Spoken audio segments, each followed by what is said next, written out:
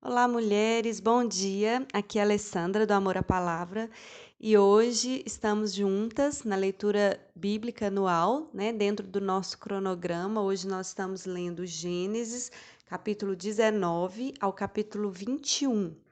Estamos meditando na palavra do Senhor, e hoje nós vamos estar refletindo um pouco sobre alguns versículos de destaque dentro desses capítulos que são, né, fazem parte da leitura de hoje. E eu queria deixar para vocês Gênesis capítulo 19, o versículo 29, que diz assim: E aconteceu que, destruindo Deus as cidades da campina, Deus se lembrou de Abraão e tirou Ló do meio da destruição, derribando aquelas cidades em que Ló habitara. Eu gosto muito desse versículo.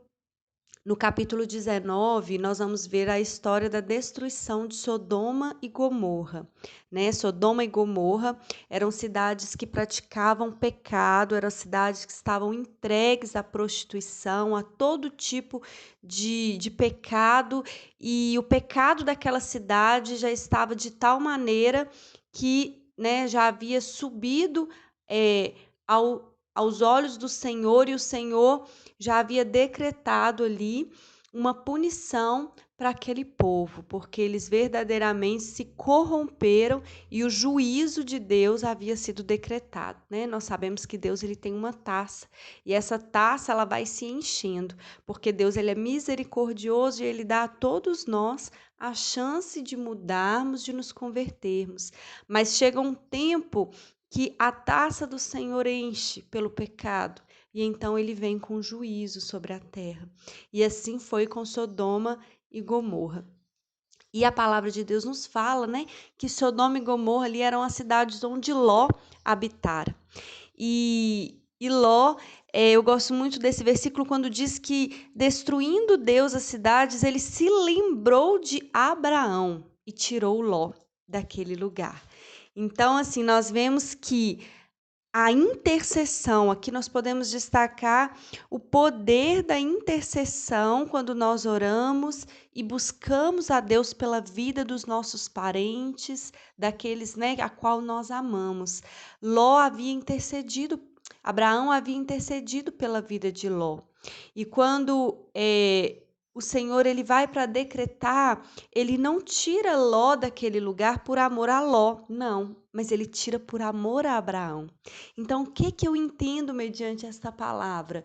Que o Senhor, né, à medida que nós vamos orando por pessoas, por entes queridos que estão às vezes no mundo da perdição, no mundo de prostituição, envolvido em meio a drogas, envolvido a meio a tanto pecado, independente de onde eles estejam, a nossa oração intercessória move a mão de Deus. A nossa oração, enquanto nós intercedemos e somos fiéis ao Senhor, porque a palavra diz que a oração do justo vale muito em seus efeitos. Enquanto você intercede na sua casa, no seu quarto fechado, por um filho, por um marido, por quem for que seja, o Senhor, ele vai lá e arranca aquela pessoa do meio da destruição por amor a você. Então, às vezes você tem orado, você tem clamado e talvez não tenha visto nada acontecer, mas saiba que a sua oração, no momento crucial, vai trazer livramento para aquela pessoa. Ló, ele foi salvo daquela destruição. Os anjos vão lá para destruir a cidade, mas antes disso, olha bem o que fala lá no versículo de número, ainda no capítulo 19, no versículo de número 22. Apressa-te, escapa-te para ali, porque nada poderei fazer enquanto não estiveres ali chegado. Então, os anjos, quando falam para ele sair da cidade, e ele fala onde ele vai habitar, que ele vai habitar numa cidade próxima, os anjos falam: vai para lá, enquanto você não chegar lá, eu não vou poder fazer nada. Olha como que a sua oração é poderosa, né? Os anjos eles ficam ali de braços atados enquanto Ló não saísse daquela cidade, eles não poderiam fazer nada. Isso tudo por amor a Abraão. Então que nós possamos permanecer na intercessão, na oração porque verdadeiramente Deus cuida dos nossos, ainda que nós não estejamos vendo, mas Deus cuida dos nossos, daqueles a qual nós intercedemos e oramos. Amém? E destacando ainda, né, a palavra do Senhor, nós não podemos deixar de falar, diz sobre a esposa de Ló, né? Quando ela olha para trás. Nós vemos que a esposa de Ló, ela virou-se para olhar para a cidade de Sodoma, que estava em chamas. E a palavra diz que ela se tornou em uma estátua de sal. Isso está lá no versículo 26. Então, o Senhor nos mostrando que nós não podemos estar apegados ao nosso passado, né? A esposa de Ló, que nem mesmo a palavra cita o seu nome, ficou conhecida por esse fato, em que ela olha para trás e se converte em uma estátua de sal. Ela provavelmente não estava preparada para abandonar aquele lugar completamente. Ou seja, ela estava apegado a um passado em meio ao pecado. Será que você tem olhado para trás? Será que você tem desejado o pecado enquanto tenta seguir a Deus?